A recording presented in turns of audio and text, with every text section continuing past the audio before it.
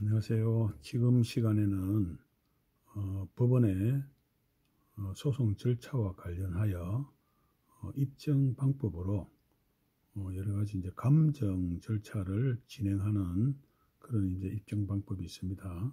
그래서 이 감정 절차 진행에 관해서 법원의 실무적인 부분과 소송 사건에서 실제로 일어난 그런 상황에 대해서 비용을 좀 줄일 수 있는 그런 부분에 대해서 설명해 드리겠습니다.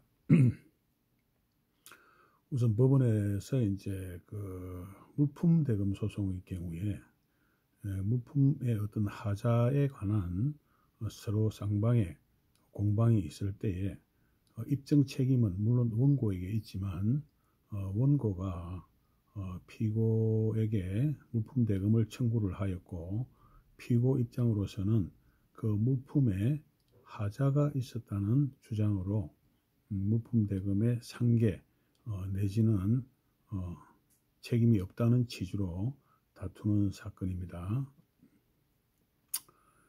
여기서 이제 그 물품의 품목은 정확하게는 원형의 톱입니다.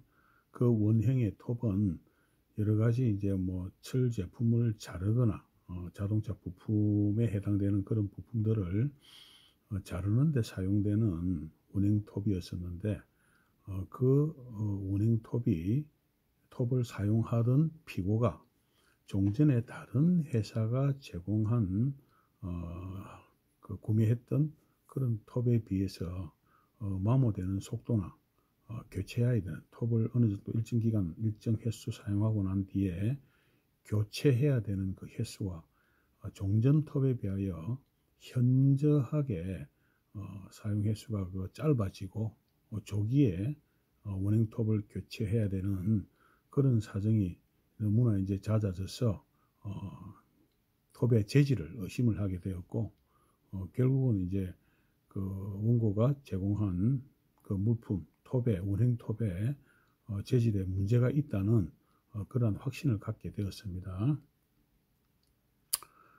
그래서 이제 그 원고는 법원 소송에서 톱의 하자를 주장하게 되었고 그 하자를 주장하는데 그 입증이 굉장히 어렵습니다. 그 입증은 결과적으로 소송에 관한 입증은 원고에게 원칙적으로 책임이 있지만 원고로서는 일단은 물품 대금에 대한 세금 계산서라든지 이런 부분들은 정확하게 다 발행이 되어 있기 때문에 근본적으로는 일응의 입증이 원고에게 있었다고 봐지기 때문에 피고로서는 물품의 하자를 입증해야 될 또 책임이 있습니다. 그래서 피고가 물품의 하자라고 이제 주장을 하고 뭐 문서상으로는 또 서면상으로는 그렇게 주장을 했지만 원고 입장에서는 뭐 증거를 대라고 이렇게 나오니까 결과적으로 법원의 감정 신청에 이를 수밖에 없었죠.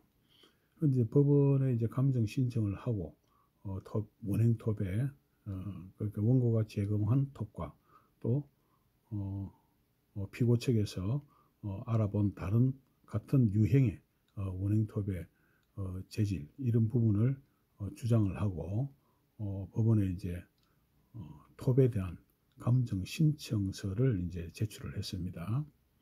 근데 이제 그 감정 신청서를 법원에 접수를 하면 법원에서는 그 감정인을 선정을 하게 됩니다. 그 감정인은 원칙적으로 이제 법원에 등록되어 있는 그 감정인을 선정을 하는데 대개는 이제 법원에서 지정을 하죠. 감정인을. 뭐 대개는 아니고 거의 뭐 그렇게 하는 겁니다.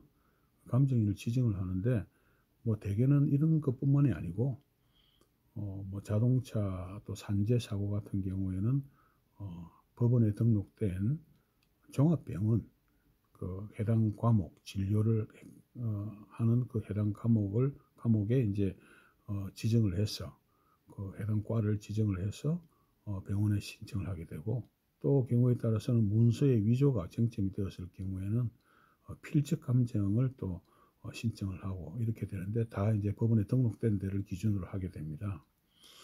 그런데 이 사건 같은 경우에도 법원에서 이제 지정된 그 법에 등록된 그 감정인을 통해서 감정 비용이 이제 이렇게 법원에 청구가 됐습니다.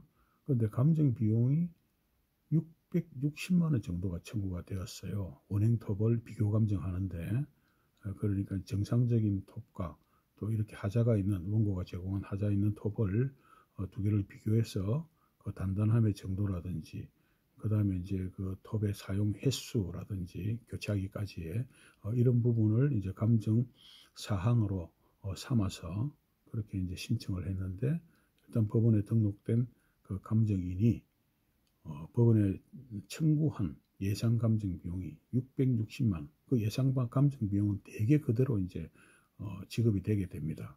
그런데 이 사건 같은 경우에 물품 대금 그 잔금의 청구액이 불과 3천만 원 정도입니다. 그런데 이 3천만 원 정도의 분쟁에서 뭐 결과적으로 판결이 어떻게 최종적으로 날지는 알 수 없는 노릇이지만 그 중에서 뭐 일부 깎일 수도 있고, 또 그렇게 됐을 경우에는 실제로 이제 그 분쟁에 있어서 영향을 미치는 그 금액은 3천만 원 안쪽이 될 것인데, 소송 비용 660만 원은 상당히 거기서 많은 비중을 차지하는 거죠. 감정 비용을 660만 원이라 정도나 이제 납부하게 된다면은. 그래서 이제 이 감정 비용이 대단히 과다하다, 소송 물가액에 비해서, 이런 사정을 들어서 법원에 감정 비용에 과다성을 들어서 다른 감정인의 의견서도, 예상 감정에 비해 비용에 관한 의견서도 한번 받아보자, 이러는 또 문서를 제출을 했습니다. 피고 측에서는 일단 피고 측이 신청했기 때문에 예상 감정되는 그 비용의 부담 신청인이 피고가 부담해야 되는 입장이기 때문에, 그래서 이제 법원에 그 신청을 했더니만 법원에서 또 다른 감정인의 의견을 또 받아보니 감정 비용이 한 340만 원대로 한 절반 가까이 이렇게 줄었습니다.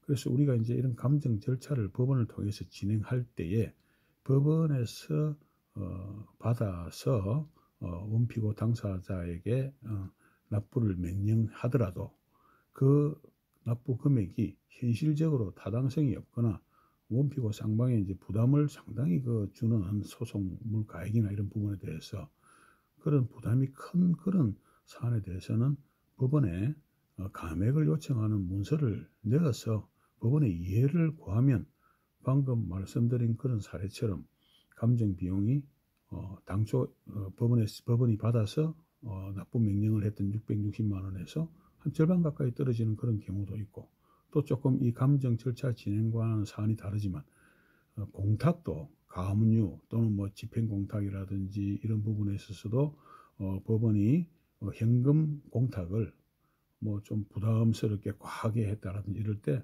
사정을 잘 설명을 하면 법원에서 좀 그 공탁 금액을 낮추는 경우가 흔히 있습니다. 그래서 꼭 법원에서 납부 명령이나 이런 부분을 하더라도 사정에 따라서 감액되는 부분이 있으니까 이런 부분을 염두에 두고 소송 진행 과정에서 본인이 하시든지 아니면 대리인 변호사를 선임해서 하시든지 간에 일단은 소송 진행 중에 감정 비용 또는 공탁 비용 이런 부분들이 터무니없이 강하다든지 이런 상황에서는 법원에 그런 그 재고, 제의, 안 그러면 다시 다른 감정인을 통해서 감정 비용, 예상 감정 비용을 받는다라든지 이런 절차들을 진행할 수 있다라는 점을 염두에 두시고 하면 아마 소송 비용의 절감에 상당히 유익한 사안이 될 것입니다. 이상입니다.